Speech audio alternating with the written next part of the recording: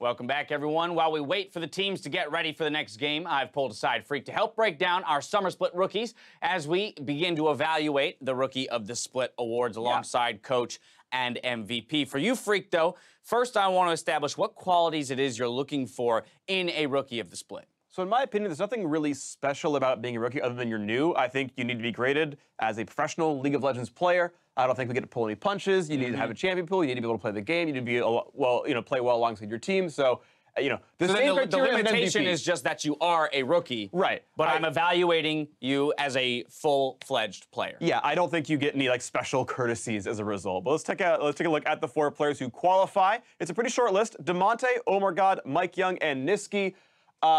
Damonte is 1-4 in games. He played 2 matches. He doesn't he counts, but he doesn't count. I think if you vote for Damonte, you're troll voting because the other 3 have very clearly performed better. So we're going to move past that. On the outset, we'll get rid of Damonte. No necessarily knock to him. He's at a small sample size. Sure. He wasn't successful in that sample size. Let's move on to the guys that have found marginally more success. Let's start with Nisqy here, this guy in the middle for Envy. And it's even his lane. It's perfect. It's like we planned this. Good job, graphics people. Right, and he's been a pretty reasonable player for Envy right now, of course. He stepped in for Pyrion, who had stepped in for Ninja. This team came from a 10th place team to be a 6th place team.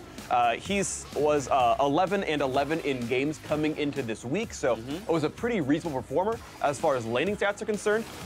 He's 2nd place in non-Danish mid laners. Okay, so that's ignoring Bjergsen, Froggen, and Jensen. Right, and then it's Pobal to the Nisqy for CSD at 10. So he is up there right out of the gate. He's landing very well. I mean, we look at when Jensen first came in, he got blasted by Bjergsen in his very first game. This guy's holding up against people like Bjergsen. I mean, the 5th laning mid laner. Right. On a 6th place and there's team. 15 so he's technically outperforming his own team standing in his individual lane. Right. In his laning stats, his damage is okay. He is a solid mid laner, right? If you were just gonna draft players, he'd be a mid-round mid laner pick. Yes, you'd grab Jensen and Bjergsen and whatnot earlier on, but this guy is solid. He's a good mid laner. He's completely reasonable. Of all things, I think the most important thing to note is that he replaced a veteran in Pyrion and has essentially maintained the same record of a 50 or 500% or 500 win record. Yeah, right? He's a 500 player, on a team that. And you can debate where it all comes from, right? They were 10th place. They got a new mid laner. Is he part of the solution, or is Ninja just that much of a problem and anyone would slot in? I don't know, but he's fine. All right, moving on to another player. This is a guy who's received a ton of hype, especially when he first made his stab into the LCS. That's going to be Mike Young over on Phoenix One. Now, more recently, as a team struggling. So where does he fall on your radar? Because he has so much star power, in a sense. Right. I think it's a little bit difficult to pin down because what's your starting point? Do you take 3rd place Phoenix One from spring playoffs, put in Mike Young as a jungler, and then this is how good the team is? Probably that's unfair to Mike here. Right. Or do you take the 0-4 in matches team, add in Mike Young, still lose to a match, but then Xpecial comes in and now they're like a something team, right? Like where's your start point for how much he's affected the team? Clearly he looks good individually, right? He's an aggressive player. He's obviously very good at League of Legends, but he's almost nearly one trick as most played champion, so his stats are really high in damage. He's got really good CS numbers, but he's I think he was 9-13 in games, 13-19, sorry, 13-19 in games. Right. So he's got a losing record, right? As far as winning games, Nisqy's outperforming him. Now, Mike Young's arguably got a worse team. That said, Nisqy's teammates were in 10th place and his teammates were in 3rd place last split. So where do you draw the line? So the challenge here is to separate Mike Young from the team's performance in some cases in order to evaluate him as an individual. Of course, we do want to take into account whether or not you're winning as part of whether or not you're a successful rookie. Right, and at the end of the day, he looks super sick. And honestly, this guy's gonna win rookie because he's got the hype. If it's a fan vote, the fan's gonna vote for him. If it's a coach vote, sucked all the air out of it. We got one more guy to discuss here, Freak. Let's talk about Omar, the other guy in the jungle, who again, he's come in so late into the split, so we're all dealing with a sample size issue here, but another player on a top team who has a lot expected of him coming in. Right, and statistically, he looks nothing like Jardock. Jardock was clearly a better jungler than him, and heck, Jardock was a better jungler than Mike Young as well. He's winning way more games, that's fair to say. But Omar slotted into a team who's got a very specific style of play. Now, you can kind of couch that by saying, well, he was on CLG Black before. He's been talking with Tony for a couple of months at the very least already. They picked him up for a long time as a sub, so he's had kind of a lot of room to grow. Whereas Mike got thrown in out of solo queue and did pretty well. So, but Omar has fit the CLG mold. Just yesterday they won their first. They won a match against Team Dignitas against the playoff team, so he can clearly stand up against teams like this. So, there's elements there for him. But yeah, his game win record's not amazing. His stats are nowhere close to what Mike Young's look like. Yeah, he's a third straight Gragas one trick on CLT. Okay, so then perhaps I'm asking this question already knowing the answer, but are you leaning any one particular way in terms of who you think will end up with it and or what your vote would be for Rookie of the Split? Sure. As for who's going to win, I think it's Mike Young, regardless of what I think.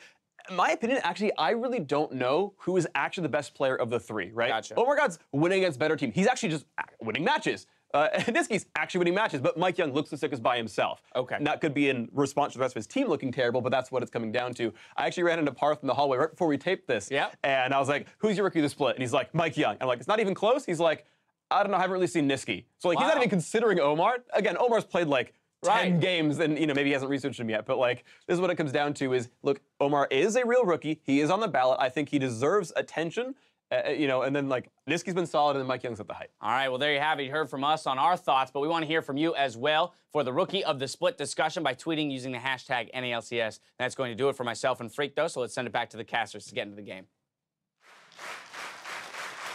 Welcome back to round 2 of TSM versus Phoenix 1. The laundry list to go down. Number 1, player of the game, Bjergsen coming out very strong on that Corki. Held down the mid lane, and anytime Pyrion really tried to roam, he was either on his tail or in front of that roam making the plays. Yeah, on top of that, just look at the numbers. 40% of the damage dealt, 17 kills and assists, 0 deaths. So many people on TSM were dominant that game, so you could make arguments for a lot of them. But Bjergsen was so dominant, the guy he was playing against isn't playing in game 2. They're subbing in Ryu. It's a good way to put for this one.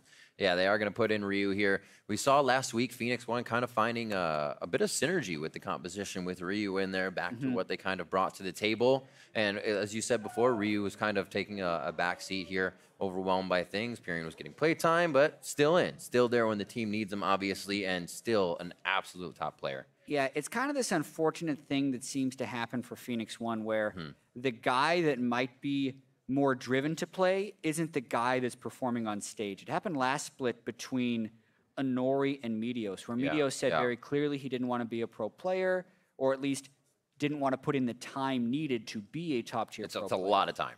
And yet he just performed so much better on stage, so they kept playing with Meteos time and time again. And here, this split, Ryu mentioned 5 years of pro gaming, have burned him out. The tough losses coming again and again, said didn't necessarily want to deal with it anymore, but the team keeps needing them to step in once again. I think they'd want to go with Pyrion. That's why they started with Pyrion. But if Ryu's the guy that performs on stage, that's the guy they're going to keep putting in there. And very true as well. You know, speaking about the mentality, you want to make sure everybody's on that same line once you get into game. We'll have to see how they work together here. Coming off the bench for game 2, Ryu is ready to head up against Bjergsen in the mid lane. As we just said, player of the game on that Corki. They focused him with 4 bans in that early game. At 2 in the second phase, just to make sure he couldn't get a good mid laner too. Yeah, that's the added element to that performance right there, because the Taliyah was early picked. TSM opted not to lock in a mid laner with their last pick in the first rotation of red side picks.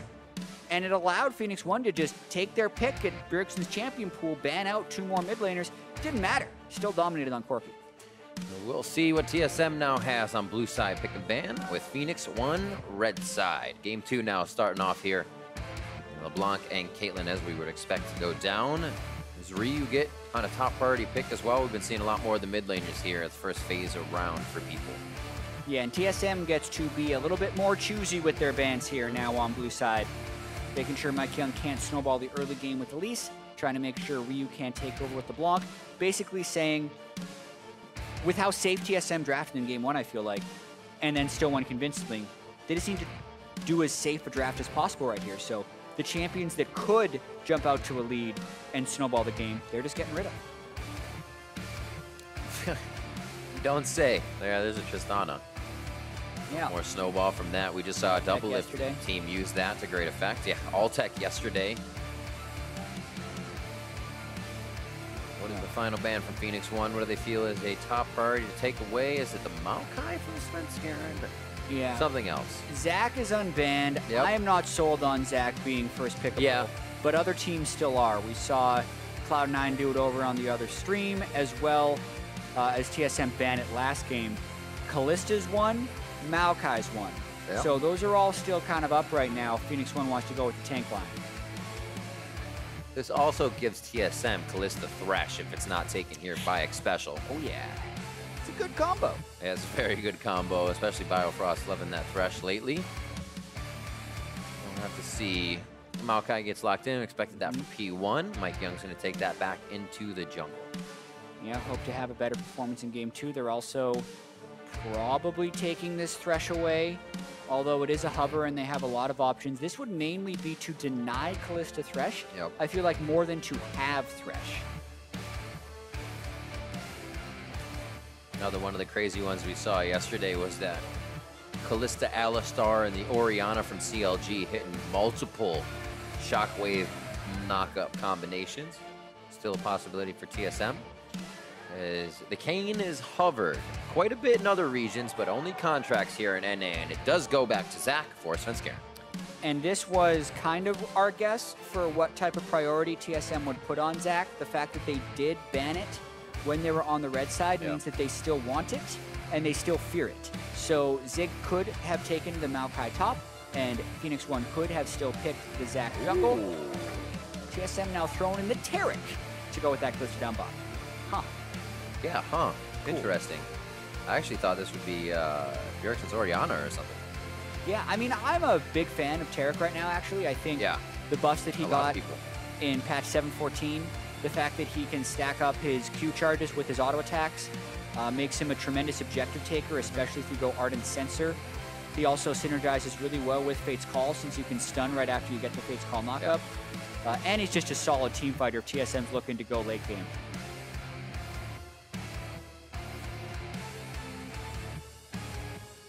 Interesting. But the support being Really picked.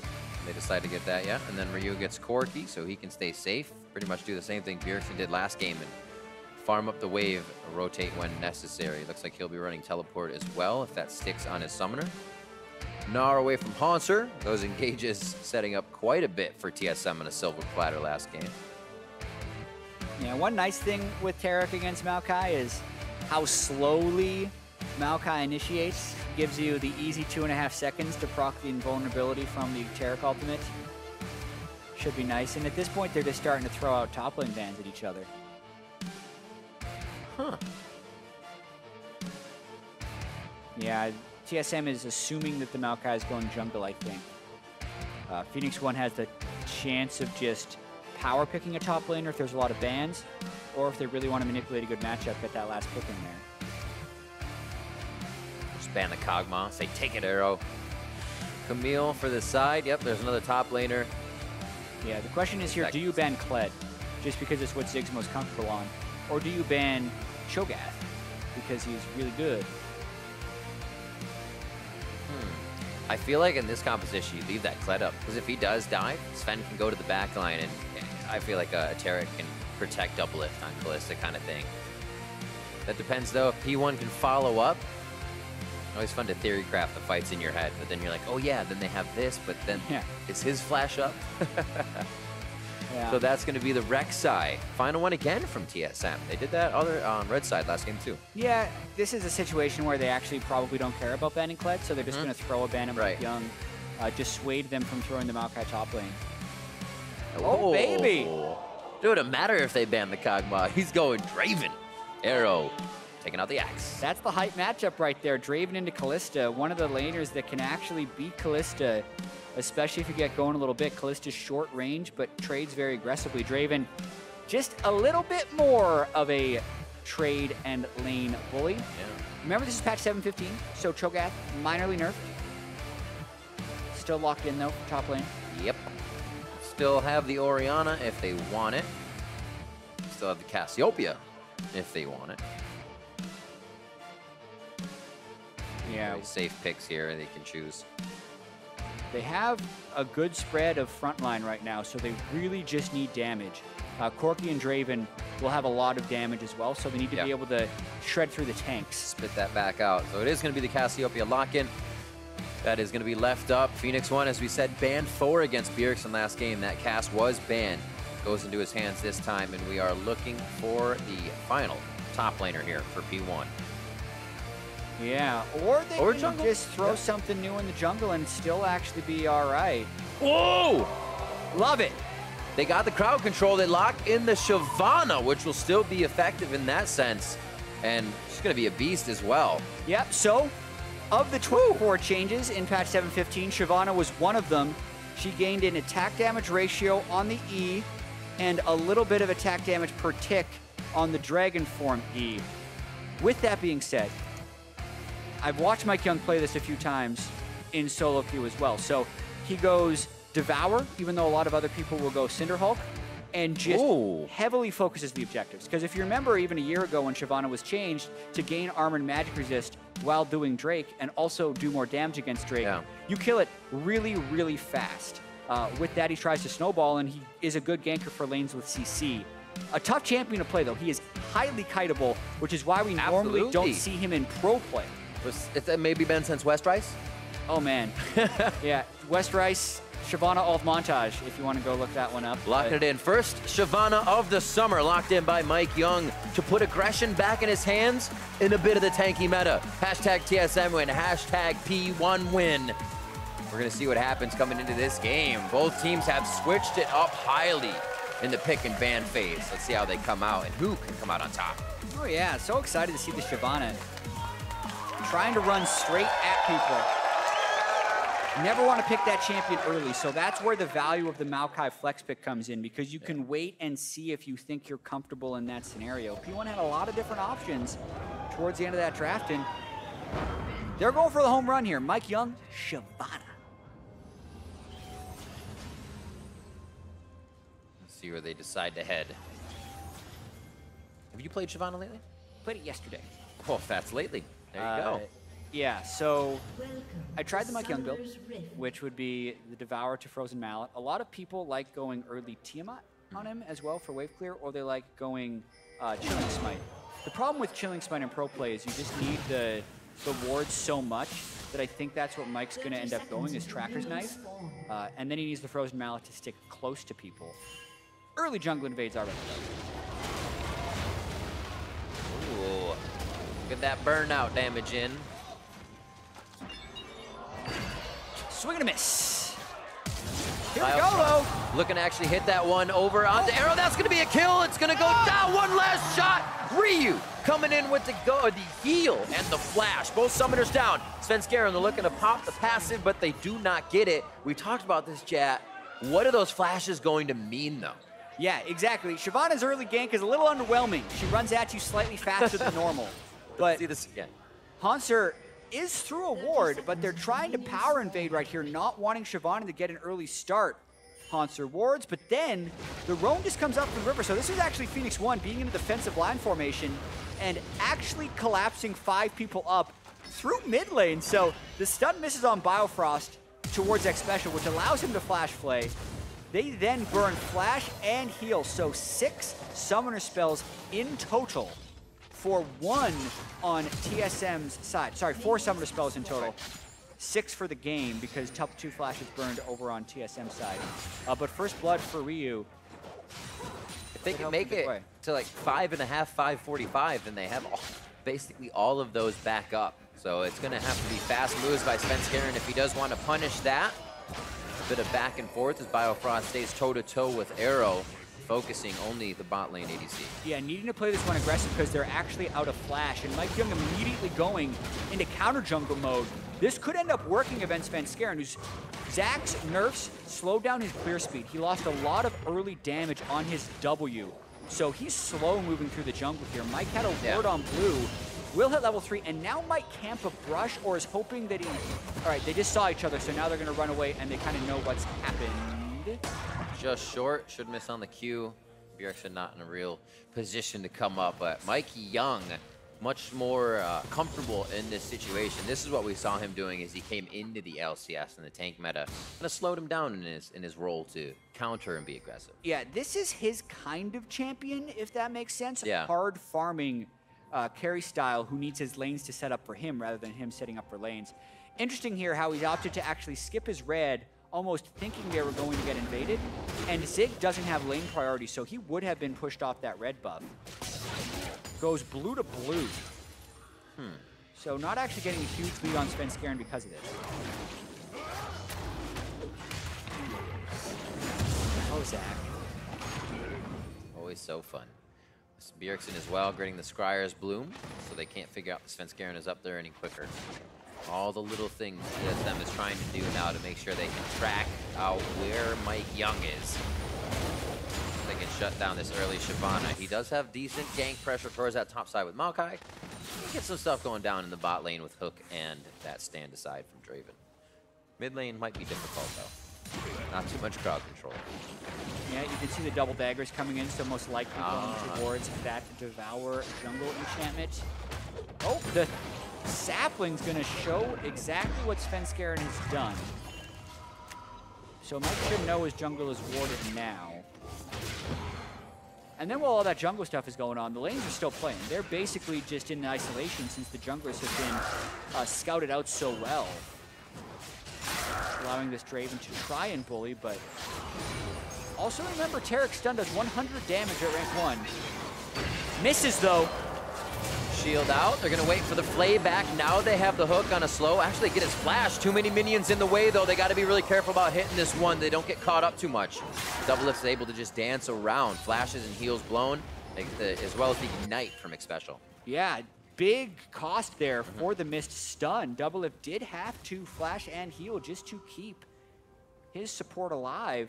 Xpecial getting some nice efficiency out of that Ignite. As soon as it's back up after First Blood, uses it again in lane. Arrow and Xpecial trying to do work with this Draven as Mike Young now starts cycling Svenskeren's jungle. It's gotta feel pretty good when you have just about everything. Usually it's the Raptors, but he's saying, you know what? You go for Raptors. I'll take your Wolves and Ground every time. And the speed of burnout kind of makes it possible, especially Devour. You crush those things that usually take a bit of time in the early game. And now Zigbacks, 43 to 40, pretty even top lane here. Monster didn't even really have to eat all the potions up because Cho'Gath. Yeah, Cho'Gath, a solid laner, especially if he's not ganked. He'll be able to farm up huge, probably just end up feasting minions up until 6 stacks before he starts joining team fights. Fairly non-interactive top lane unless we see the Shyvana try and gank. Little buys and rebuys on Mike Young. Mistake purchases, they happen. The undo button is a great thing. Yeah, thank goodness. That is in the Special, game. yeah, Special push back a bit. Mismatch on the backs here, but it doesn't look like they'll actually lose too much. Just a bit of HP, and Mike Young will still be on the bot side for it to be counter jungling to happen. Knows they're out of summoners, but Oh, Special Info nice. Woo! that was super close. Blowing the flash. Gets back for his coin cash, and he's going to get to safety. So it looks like they're actually sharing the jungles, but they're sharing the same side. Usually it's opposite sides of this jungle. It's very interesting. Yeah, they're cycling each other's jungle. I'm wondering who's going to break the pattern first. Even though Svenskeren has more CS, it's just based on the camps they've been taking. He's been counter-jungling Krugs, which is much more CS than a Gromp or a Wolf camp. I'm wondering when Mike's going to start turning towards the Drake. That's what Xpecial was trying to set up with that trade he just did. Here, Mike actually got out-jungled a little bit by Svenskeren because he wasn't expecting Svenskeren to cycle and ends up walking through a bunch of wards. This gives a ton of information over TSM. Yeah, it's rinse and repeat as well. You remember last game, Svenskeren got that tracker, immediately placed the same wards on the bottom side of blue. Now he does it top side red. And TSM can use that same advantage they did here in the mid-game. A few more kills over to the side of TSM at this point last game. So P1 having a much better early game. Yeah, TSM has such good vision scouting right here. Mike's going to try and steal this anyway. Doesn't get it. Great take back by Svenskeren right there. Mike smoked early, and then Svenskeren landed on it. It's up. I thought we were going to have a rotation from Haunter. Zig didn't even need to come down for the moment. Mike Young just gets himself to safety. Looks like he's actually staying for a bit, though, to get Scuttle. Maybe head towards that top side for a bit of pressure. Well, there you go. Oh, my goodness. And so fitting, 2 years ago there, High just coming back into the jungle, pulls out Shyvana. If Phoenix 1 can win a few games in the last week, they will try and make it to the regional qualifier. So almost similarly desperate positions these teams are in to break out Shyvana.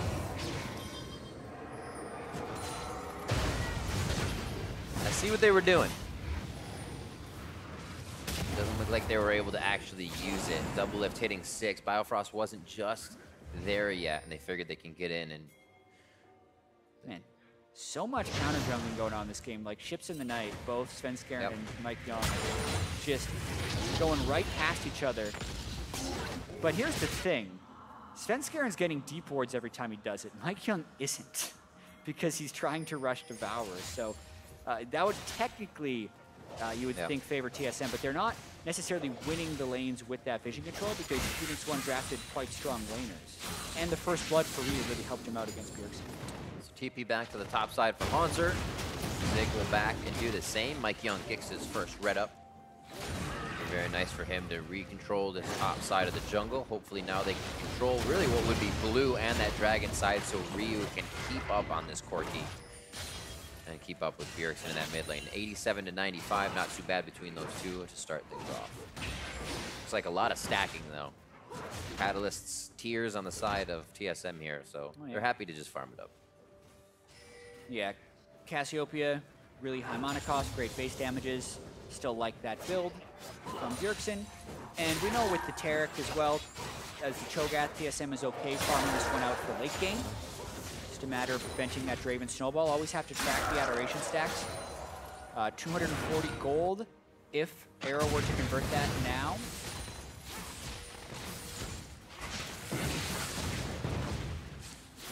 Maybe that's not why they're not going down there.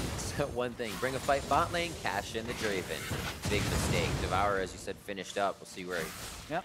that's going to be the dragon, maybe no? Yeah, he's got a control ward. Yeah. So he wants to take Drake. You would think, unless the Cloud Drake is irrelevant for them, they might dive bot. Make sure this doesn't work against them. Biofrost and Double Lift looking to at least save a bit of their summoners here. If they're a resulting fight, you can see Bastion replaced there on Double Lift.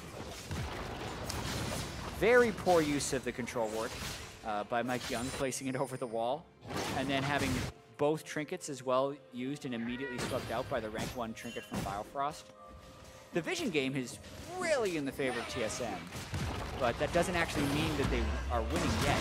Hard to dive on Maokai, here we go. Bramble smash back. Could be second kill coming into the game. Zig gets himself under turret. It's going to make it a lot harder, as well as he's feeling with that passive. As Hanser and Svenskeren just spit out spells around him. Yeah, Cloud Drake goes over to Shyvana. They're going to do round 2. Has Flash no ult this time. But he's almost back to full health, and his grasp will be back up. So very hard to do. Grab a sack mid. Bring a third. Turn your back to the Cassiopeia. Don't look into her eyes. Oh, he did it. But he's still going to go down. Nicely played by Zig in that situation. Three's a crowd, though. Cannot stop himself from going down. And they'll keep that turret pushed up. Bot lane still getting hit here by Arrow and Xpecial. And they force Double Lift about Frost off. Yeah, and that was a lot of time where Svenskeren wasn't farming to try and keep up with that Shyvana. So now 500 gold down on Mike Young, just the pace that Shyvana can keep up in the jungle. Also, Hanser unable to get the execute with his feast there onto Zig. Zig healed up with his passive by getting an auto attack off right as Hanser was nomming down. So the kill goes over to Bjerg. Still want to kill on Cassiopeia, but Cho'Gath wants it too. He wants to get big. The Bloodthirster, P1 Arrow. Draven. He had 2,700 gold to spend. He did buy something. He's like, nah, sell that. Bloodthirster. Oh my, He's ready to go. That's not an item you see much of anymore. You so often just see a Death Stance on Draven because you get the damage reduction and then you're generally life-stealing for so much off the Death Stance. Bloodthirster is a lot of gold for not that many stats. Still makes you a little bit tankier. Maybe Draven is the champion for it. Ryu just gets out. Lock with one. Just going to wear right off since he couldn't find a second target. Hey, objective control. What else can he devour? Instantly taking out these wards too. Got to remember the double bite. Pretty effective against that. Making your way around the map. They have actually been doing a good job of pushing their wards forward. It's kind of mirrored on both sides now. Around the red for vision, but around this mid now, P1 starts to focus. Good sapling from the left. Svenskeren looking for that shot. Mike Young just gets to safety. Not enough room. And now Phoenix One starting to move into TSM territory a little bit, getting that turret low. knowing Doublelift wants to get that solo turret gold up top. He's going to get it, but will Phoenix won't be able to get anything off of it? Will be the question. This would be a good time for TSM to clear that Rift Herald area. P1 will trade with the mid turret, nicely opening up the map. That's very, very healthy on the side of P1. Still 90% of its HP. It's going to be hard for TSM to break that. I feel like it's going to be the one big fight. TSM may just have a lane to themselves after that. It's the way it usually adapts for them. And Yeah. it might be for the Rift Herald as well. I mean, we know the scaling, and I think the scaling on both of these teams is actually quite good. Cassiopeia, Cho'Gath, even Kalista, I think, at least for mid-game scaling, is great. Trying to go for the Rift Herald here while Phoenix One is in a recall pattern. Does Zig have package? He does. They could try and force a fight here. They don't have arrow quite yet. Zig slowly cruising in. They got a lot of time to pick that Rift Herald up. Looks like they make it out safely. Oh, package in from Ryu. He's gonna try to vault back towards Svenskeren. A nice bastion there from Biofrost, but they're not able to use the dazzle off of it, and they do take him down in the end. Flash and exhaust saved. TSM just did not want to take the fight overall. Ryu does not care about your 5v4s. He just jumps straight into 5 people, mostly for TSM, but they're in retreat mode anyway, so it helps to pick off Biofrost. Arrow in base, so TSM able to secure the Rift Herald, but Zig wants to fight. Maokai slows down Svenskeren. He Zakdos, so he bounces away. Lantern and a quick reset, and the nice cutoff there from Ryu. Missed stun from Taric, and then Zig locks him down Man. before he can flash away. Yeah, I was gonna say he didn't have time to flash. So Zig now on this Maokai. Thought it was gonna be in the jungle to start things off as it usually is, but then goes top and Mike Young brings out the Shyvana. Now these two are flying forward with a Righteous Glory on Zig. And Mike Young with that ultimate most of the time up as he's just around the map farming up this Devourer. So far, so good. Waiting for Arrow to cash in here. He's going to be a pretty big guy once he does. Yeah, if he dies, he loses half of his stacks. If he converts, it's a huge bump in power for Phoenix One. So a lot of peculiar picks for Phoenix One here. Trying to catch TSM off guard a little bit, and so far it's looking like it's working okay. We have to say though, TSM was pretty close for about 10 minutes of game 1 and then still won the game in 27. So strong team fighting, strong map play could still come through. They're not the type of team to panic in these situations.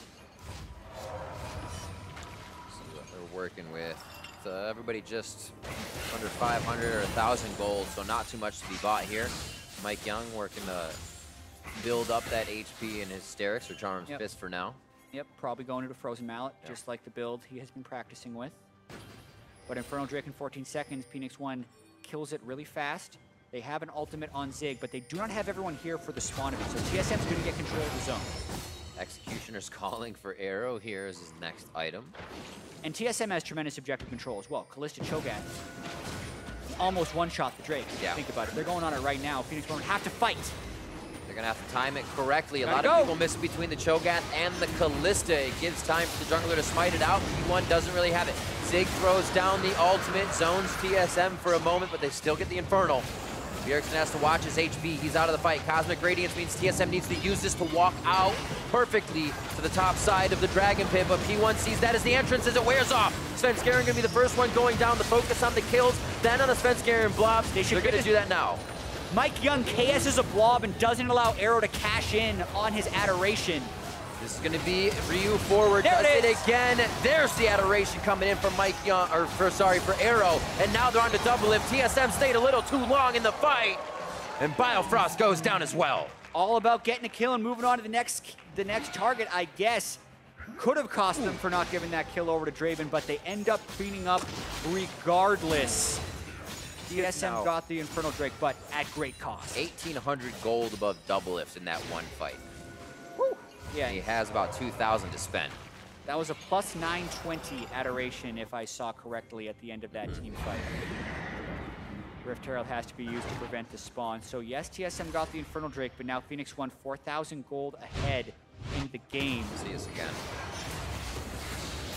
Yeah, I mean, the Terracall just wasn't good. by TSM here. The I thought they were going to engage hug the was done. wall and just leave. Exactly, because no one's doing damage to them right now. Yeah. They're not reducing anything. And as soon as the Taric ult is off, they're in range for the re-engage. So Phoenix One says, yes, please, we'll fight a team without a Taric ult. Stun lands onto Hauntzer. Here's where I wanted them to give the kill to Arrow, but they do not. They chase on. Ryu gets rid of the Blast Cone. And then they get to cash in onto Arrow's Draven and just continue to chase another clutch hook by X Special down the stretch. Ryu's making plays like you would see from an old Soraka on your team, giving you a buttload of armor as soon as you dive in so you can bait. But he doesn't have that. He is just taking chunks, absorbing like a tank, and getting out alive. Feeling good coming off the bench. Ryu is playing very well for the team here in game 2. Looks like he's going to get out of this situation. Package and Valkyrie to safety. A lot of pink wards here that P1 wants to move up and be able to protect in their inventory. Yeah, 5,000 gold now for Phoenix One, looking to make this a third game. Has already gone It's just pen. for the Mortal Reminder. I mean, yes, there are a lot of tanks already on TSM, Svenskeren and Hauntzer, Ninja Tabi, and building up more armor, but no damage multipliers for Arrow. And the healing reduction is beneficial against his team. I mean, so much healing on TSM. So that, the Executioner's Calling portion makes sense, but boy, that's an early last whisper. I wonder what he was doing when he got the Executioner. So I was like, great, yeah, you recipe that in, get your other items. He's like, nope. Static Shiv. You start it, you finish it. Just about 20 minutes in. It's the P1, the goal difference at 20. Usually quite below the average, 9 down there in position. Yeah. But this one, very, very good. Holding strong, but also pushing advantages. And that's what you need to see when you have a gold lead. You don't just sit on it. Yeah, and it's a really big lead. They do kill Baron fast, don't have amazing Baron secure. So I think that's where they're going to be going next. And they're going to look to force a fight around it or just get it if TSM doesn't check. Time to go. No hesitation. Hello. There's another one. A momentary second of vision. Just a bit. Tiny, tiny bit. And it's enough. They say, we don't want this just yet. Cosmic Radiance can be too much. That teleport is up for both Hauntzer and Zig as they're meeting each other down on that bot side. So now TSM kind of has an idea that we can work around if P1 wants Baron. Maybe they'll allow that to feel like a lull or sense of security, and TSM can work against it. So many things come into play now that it's on the Rift. Yeah, Mike Young ended up taking half of his health and back spikes from the Baron, so they had to recall, Don't stand there. give up control. Yeah, they're trying to sneak it from there, so still going to be a struggle to find the right fight. Cassiopeia scales up very well towards the late game. And we know Phoenix One has struggled mightily ending games. They've actually had a lot of early game leads during this struggling back half of the season for them. They are hungry. They really don't have the vision forward past this point. Maybe on the left side, but they're ready to take what would have been a blind engage there. The hook obviously giving momentary vision. They're ready to pull the trigger on something. They feel stronger. They're right to. 6-1 on the board. They don't have to think too differently about it. And you got some spikes in the Triforce, Frozen Mallet as well. 3-0-3 Mike Young back on. A champion where he can be aggressive. But TSM says, we have a moment, and we are going to take a slight advantage. Gold from the mid turret. There's the Righteous Glory going down. A lockdown of the Cho'Gath. How much do they want that to start? Zig almost down off the initiation as Ryu says, I have a flank, but that beautifully kind of disengages the fight that P1 did not want. Yeah, that was well played by TSM. They have a 5,000 gold deficit, yet they just got mid priority, took a turret, and made the Maokai go back. Now they fight again. Maokai can't TP.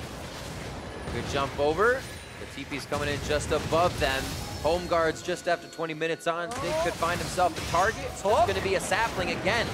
Cho'Gath so big, grabbing hooks left and right. Whoa, over the wall goes Svenskeren. Tries to bring the Cosmic Radiance in. If he can be the second one to be in that circle for the Taric ultimate. Beautifully done, but it doesn't work. P1 says, get out of here. That's not going to happen. Yeah, there's still no casualties, but has TSM been pushed back enough? They don't have control over Baron. P1 turns. Now they're spotted. Does TSM go back in with no Taric ult? Still have Cassio ult, and Cho'Gath eats. Double bite and smite is still great from the Shyvana. They're gonna go for it. It's gonna be stolen by Svenskeren. Right off the bat, a kill onto Xpecial from Bjergsen. Hauntzer finalizes Ryu. And P1 are left wondering as they thought they had a complete upper hand on the Baron take. Phoenix 1 has good Baron damage, but not good Baron secure. Svenskeren, Mike Young, smite fight. Svenskeren wins it, and Phoenix 1 had just had a close 5v5 where both teams were low. They thought they'd be able to steal it away, but TSM had other ideas. Bjergsen still had ultimate, and that 6,000 lead Phoenix 1 had 3 minutes ago, it's gone. Completely gone. They didn't even lose too many members within the fight. It's just TSM organizing, adapting, and taking only what they need on the way in and on the way out. Here it is again. Yeah, the Baron's at 5,000 health. They make the call to completely finish it. Cho'Gath teleports in, has Flash Eat, and Svenskeren has Smite. So everyone just bursted. It looked like, I saw it lasted 1,200 and then it was gone. Yeah, so Mike that never was even crazy. gets his Smite off. That's the environment that 50-50s happen when you got Kallistas, Cho'Gaths, double Smite, all in that pit. It is a toss-up sometimes. Yeah. They're smiting at 720 there, so something had to happen, obviously. Yeah, and also, if they don't smite early, Yeah. Cho'Gath feasts it for 1,202 actually is how much it does right now. So the fact that Hauntzer even teleported in time just makes that a very questionable call by Phoenix 1. Looks like they're trying to protect the bottom now, obviously working off the objectives being down. Ryu pushes top. Triforce is going to make this fantastic to actually answer if the minions can be held. Arrow still able to clear these out, but Draven has to be very close for that to happen, so TSM gets these turrets pretty easily. Yeah, Ryu doing his damage, just split the map, but even when Phoenix 1 had that big gold lead, they weren't able to get the right type of team fights against TSM. They got to be really trying to figure out how to get the right fights. There's a Cleanse Cassiopeia, and then a Taric that can ultimate if they end up going in. They have to find picks of some sort. A lot of that has to come down to Xpecial landing a fresh hooker. Zig just finding someone on TSM who's not grouped up, but look at the way TSM is positioning. They'll put Zach in a bad spot, but he can ult away no matter what. And Bjergsen's not with his team, but he has Cleanse, so they're positioning fairly smart. They're all just within range, too, of I need help in a few seconds, especially when Hauntzer's teleport is down. Continue to play very, very safe. Hauntzer, though, 6 minion chomps and 1 champion devour, so he's up to 7. A few more to go. Yeah. Get those champions. Hasn't grabbed the objectives he would want to grab on Cho'Gath, That's so true. it's going to be hard for him to get absolutely massive this game, but Cho'Gath's still pretty big with 7, especially once he hits level 16. He'll be getting more health per feast stack. This is when his music should get louder that he plays. It becomes global if you hit 11 stacks. I like that. Like the old Amumu laugh. Yeah. Top turret now for TSM. P1 trying to answer. Xpecial could be the flank for a hook on the exit fight, but it looks like TSM only wants in for the moment. It's going to take all 5 members of P1 standing next to that turret to even deter TSM, and they're still threading shots through. Minions are pretty much equaled out in every other lane, so they can stay and have fun here for a while. Yeah, but they still have regained control of this game, even if they haven't regained control of the gold lead. They must feel like they're ahead right now. Ocean Drake, Infernal Drake, maybe actually tilting the stats in their favor. Miasma also prevents the engage, even if Mike Young wants to flank. Here we go. Up. Good silence. The hook already came out, though. A little too close for Hauntzer. Cosmic Radiance saving his life, and he will get out alive. No kill there. Trying to get into the fight is Mike Young. The ultimate is down as he goes dragon form. They get bounced out of the fight, so they can't chase TSM. Svenskeren with the Broman for the rest of his team to keep them alive. Takes one for the team, but that's still a 3-for-0 for Phoenix 1. They find a really good fight there. TSM overstays the turret, and the hook comes through from Xpecial right here. Hauntzer has turret aggro, hooks him in turret aggro, and yes, the invulnerability stops him from dying, but Doublelift goes and base checks a Draven. Gets blown up, overconfident from the Taric ultimate, and definitely just happy moment there from Svenskeren, but it's not enough. This is Phoenix One taking control back. What a hold there by P1. As I hold, the turret went down, but they were able to fight back and get TSM as they breadcrumb their way out of there. Quick Silver Sash now for Arrow along with his Zeal, kind of edging a bit more of the damage multipliers in there. And it looks like we could get the Infinity Edge from Ryu actually quite soon here. The 800 for the critical cloak and then the finishing price. And he will be very strong. Yeah, Arrow should be able to complete that Seal item into something more substantial on his next back if he chooses to. No. Boom, rapid fire. Whoa, cannon. never mind, he's got it. Long range axes. Yep, and Ryu actually has 1,000 gold, so he's close to the Infinity Edge. That fight for them was a big, big surge that they were waiting for, but they cleaned the turrets up already, so now they gotta move the wards up and get themselves into position to make the plays happen again. 1 minute on the Baron and 1 on Ocean Drake before we actually see the Elder. And as we've seen time and time again, gold leads don't win you games. Objective control with gold leads win you games. And Phoenix One has gotten the gold lead part down, but not the objective control. They gave away a 6,000 gold lead with that last Baron force. It was stolen away and they lost the fight. Ocean Drake up in 35 seconds, Baron in 50. Vision control, finding smart fights around the objectives, and then taking up the objectives needs to be the name of the game for Phoenix One. But that is very hard to do against this TSM team. Man, he's big. Monster taking up the entire screen, and they're looking at him, and they don't see Svenskeren coming out of the clouds from over his shoulder. Biofrost gets dropped immediately. Cosmic Radiance goes off on the other side, but it didn't happen soon enough. That's the timing that can be very tricky. Now they're actually going after the tankiest person. Haunter loses some of his stacks. A double kill for Ryu, and it looks like P1 is turning the heat up. Triple kill for Ryu on the Corki. Finally goes down as he is shut down. And double lift coming up with a triple. Looking for the Quadra. He's going to be getting Onyx Pestle. If he can javelin forward, he's got the distance. He's got the HP. A red buff would lock it in, but double lift completely saves TSM. Woo, this is turning into a bloodbath. Doublelift gets his first 3 kills of the game in the backside of that fight. Hurricane, Blade of the Ruined King, Lifesteal, Callista, tank right there at the end. Thought it was Lucian for a second. But it's still a 4 for 4, so that fight's a wash overall until they collide again. Infinity Edge has been completed onto Ryu. BF Sword has been built for Arrow. Doublelift is probably going to be able to pick up the Ocean Drake on the backside if he chooses. What a fight. Actually, I can see how that started to turn around. Here it is again. Yeah, so Biofrost is Ardent Sensor Terror. I think it's the best item for him, but you have to be a little bit careful. So he goes in, gets rooted, tries to ult, and they blow him up. Doesn't get the ult to go off on himself, but now it becomes a 4v5. Hansa goes for the flash, Gargoyle, Stoneplate, Nom onto Ryu, nearly kills him. But the rest of TSM can't necessarily follow up, and now it's about Bjergsen and Doublelift versus the world with heal.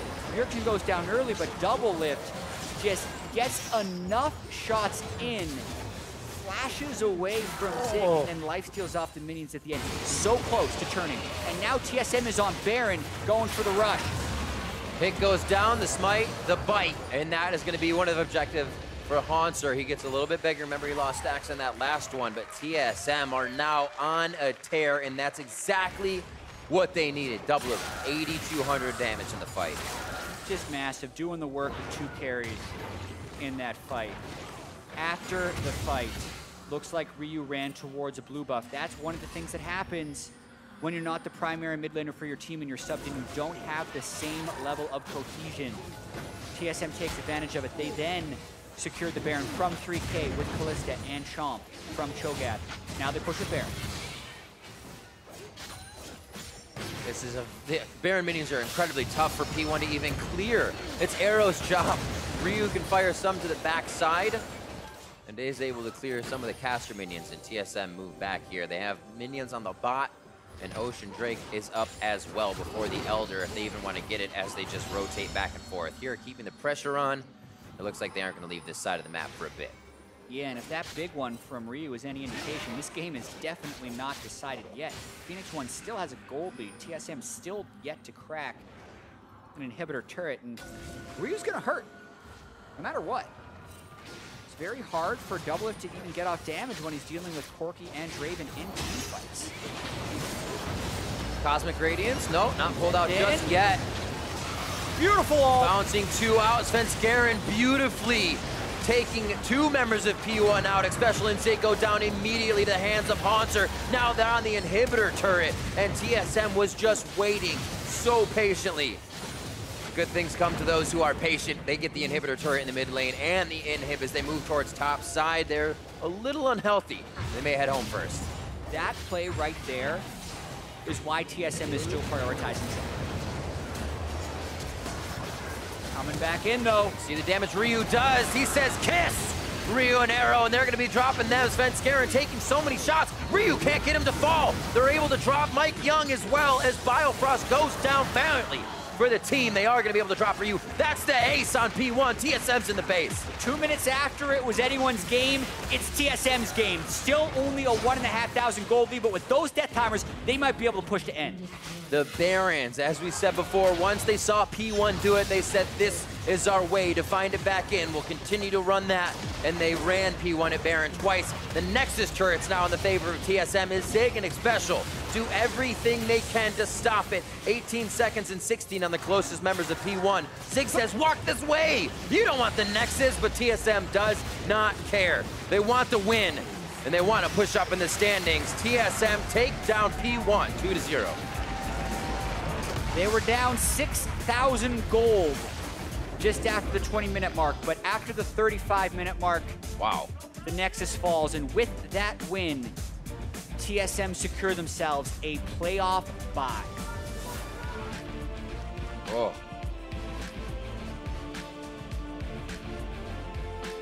Close game. Very close game. And it isn't the most promising win for TSM, but you do like to have wins like those because you're not going to win every early game down the stretch and in the playoffs. You need to be able to play from behind and play with control. And even when TSM was down 5,000 gold, they were dictated to Phoenix 1. They got caught out by a few too many fights. Phoenix 1 has struggled mightily in closing out games this year. We saw it again here, and that's what cost them in the end. Arrow bringing out the Draven. Pretty interesting in the build. Not a pretty tanky in the fights with the shield he would get, but the damage, actually you saw that there were no crits coming out. The time he fought Bjergsen in mid only took him down to half in 3 axes. You almost expected Draven to kill you in 3 axes. Yeah, Arrow is a great Draven. Many consider him the best Draven in NA. Getting the Bloodthirster first can work, but it felt like there was so much armor on that team that he never reached the point where he could really shred through them. Draven ended up not being super effective at the end, but the fights down the stretch was Svenskeren just getting everything. He kidnapped 2 in the base, as well as then slapping 2 together in the last fight. He was super clutch down the stretch, despite not having a big game up until then. Yeah, it really, really was. Let's dive right back into this one. 30-30 in is where it turned around after Svenskeren was stealing these Barons, but Doublelift here was incredible. Yeah, this fight could have swung the game. The Taric dies before the Cosmic Radiance goes off onto him, so Svenskeren's the only one that gets it, and then Ryu jumps in with the package, and you think, man, Phoenix 1's going to turn this around right now. Arrow is full health. Ryu got chomped, but he's still fine. How are they going to lose this fight? They even kill Cassiopeia. But Doublelift is on the backside, picks up 1, goes through Xpecial to get the last hit on the other. And then Xpecial is the one that has splashed away because Doublelift is going to drain tank and could have picked up a Quadra if Xpecial stays. Game-saving fight there by Doublelift. Pretty great stuff as well, seeing the Zac come in for Svenskeren. Usually we do see the Zac and we're like, oh, so it finally got through, and then it kind of fizzles out. We really saw that impact hitting hard today. Svenskeren had some great plays. For more on that series, let's check in with Degon and TSM's bot laner. Thank you very much, Riv. Great cast on the day. I'm joined with Doublelift. And Doublelift, this interview was going to be about how does it feel to get carried, because you hadn't done too much in that game too, but you made that huge play in the mid lane. Talk me through that play. Well, Riv just called me TSM spot lane, so that's pretty interesting. I guess I think we played really bad for the first, as a bot lane, we played really bad for the first, actually we played bad the entire game. So the mid play was just, that's just what Kalista has to do, you know? I think Kalista players, usually they're afraid of dying and trade killing in team fights, but to do the most amount of damage when you have Hurricane, you have to go in. Sometimes you look really stupid, sometimes, especially with Taric, sometimes you just have to go really hard and go in. So I think I got kind of lucky there. Got some crits I probably shouldn't have, and then I let Xpecial live because my jump didn't go off. I don't know. I should have got a quad. Well, that was a great play. That did get you the win. And with this win, you're able to get a playoff bye and have destiny for first place over Immortals if you win later on. What does that mean to you guys moving on forward? Well, for us, it's a really big deal to get that playoff bye. This split has, well, with each NALCS split, I think it just gets harder and harder. But this one has been the biggest jump. I'd say in previous splits, maybe 5 or 10% increase in the team's overall skills and just the general level of NALCS. But then this one, I feel like every top team, all of the top 6 playoff teams is really good. So getting the bye was extra important this split. And yeah, I think for us, being able to go to Boston and having that security is really important. And yeah, we're just really happy that the last week of practice paid off. Well, to secure the first place seed of the regular season, you got to go through CLG, your old team. A lot of people like to ask about you and Aphromoo since you guys were the bot lane. I'd like to ask your thoughts on Stixxay, the guy that replaced you and ended up taking the couple of championships. Talk to me about him and his play. There was one championship. Just one. Yeah, no, Stixxay is really good. Sometimes, I think the meta doesn't really suit him, but our playstyles are actually pretty similar. I think we both, we're not afraid of playing super aggressive, and we are always trying to push our laning leads to snowball into kills or objectives. And I don't feel like Stixxay is ever a non-factor in his games. And for me, I tried my best to not be a non-factor, even though that game was pretty close. And yeah, I like playing against CLG's bot lane because I think they're really good. And the whole Aphro being the veteran player who leads the lane, and then Stixxay being the rookie, I think that has a lot of mirrored effects on TSM's bot lane. You know, me and Bio, he's a rookie. I'm a veteran player, so it's fun to play against them. 2-0 or 2-1 tomorrow? 2-0. All right, you heard it here first from Doublelift. To get more on that, let's send it back to the casters, Riv and Jet. Thank you very much, Degon. Great interview on the day. And Doublelift feeling pretty happy, but feeling like they could also do a little bit better, striving for the best. Yeah, I mean, obviously they have the playoff bye secured now, and now with an Immortals loss or a TSM win against CLG, they get the #1 seed, and it does matter. We have dynamic seeding coming into the playoffs, so the quarterfinal, if they're the #1 seed, means they will play the lowest seed remaining in the playoffs, whether that be a 6 seed or a 5 seed or a 4 seed. So very important still, and a lot of work to do. Feels good if you can get it. We're going to go back and jump into the game 23-40 in a lot of pivotal moments. We just talked to the guy who almost got his quadra kill, he says, but this Baron steal. Yeah, 1,093 and then it's gone. So clutch moves. It wasn't the feast from the Cho'Gath either, so Svenskeren got it with the smite and some other damage that was hitting around the same time.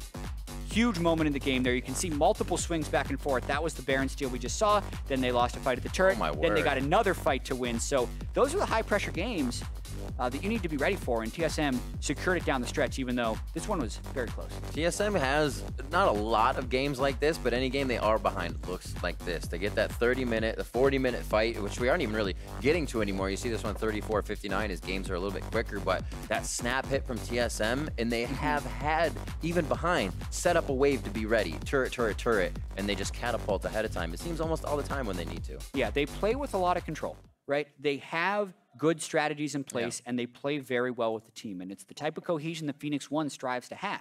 We have a 5,000 or 6,000 gold lead.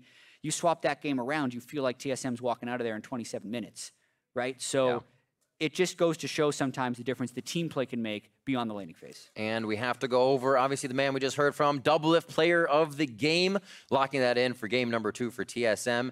Beautifully done on the Kalista, and actually didn't really have much before that. So that fight was him kind of, yeah, I'm having the team help me, but those were his first kills, and then continued from there. Yeah, I really feel like this game is between Doublelift and Svenskeren. Svenskeren's early game was not very effective, but the smite steal and the engages down the stretch, definitely clutch moments from both of them. Svenskeren had the Baron steal and the engage, and Doublelift had that clutch fight at the end. So had to make a lot of big plays there, and Doublelift, top damage on the team, gets the player of the game. Top damage, a top win, and TSM take down Phoenix One. We've got more league action coming your way. Echofox hit the rift as they go up against Immortals. And as we go to commercial, we have to take a look now at Pentakill's latest music video for the track Mortal Reminder. Enjoy. Here we go, though. Looking to actually hit that one over onto Arrow. That's going to be a kill. It's going to go down. One last shot. Ryu coming in with the heal. I can't go. PSE, maybe? I'm coming around. I'm going. Here's a flash or not. Double lip. Nice. Good job. Look at the pit. I got it. I'm a Corki. Corgi. He's dead. Go mid. I'm pushing mid. And it looks like P1 is turning the heat up. Triple kill for Ryu on the Corki. Finally goes down as he is shut down. And double lift coming up with a triple. Looking for the quadra. I'm peeling computer. We got Draven. I have passive still. I can. Okay. All right, he bonks again. That's his last jump. Got him.